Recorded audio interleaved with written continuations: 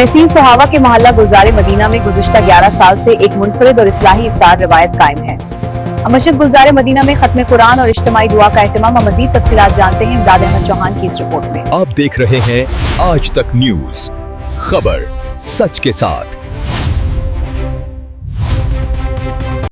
तहसील सोहावा के मोहल्ला गुलजार मदीना में बट फैमिली की 11 साल इफ्तार रिवायत जारी है। मस्जिद गुलजार मदीना में रूहानी माहौल के साथ कुरान पाक की तिलावत हुई, वालिदैन के लिए दुआए मग़फ़िरत की गई और लजीज खानों का खुसूसी इंतजाम किया गया। ये इफ्तार मोहब्बत, भाईचारे और अखुवत के जज्बे के साथ हर साल मुनक्किद होती है।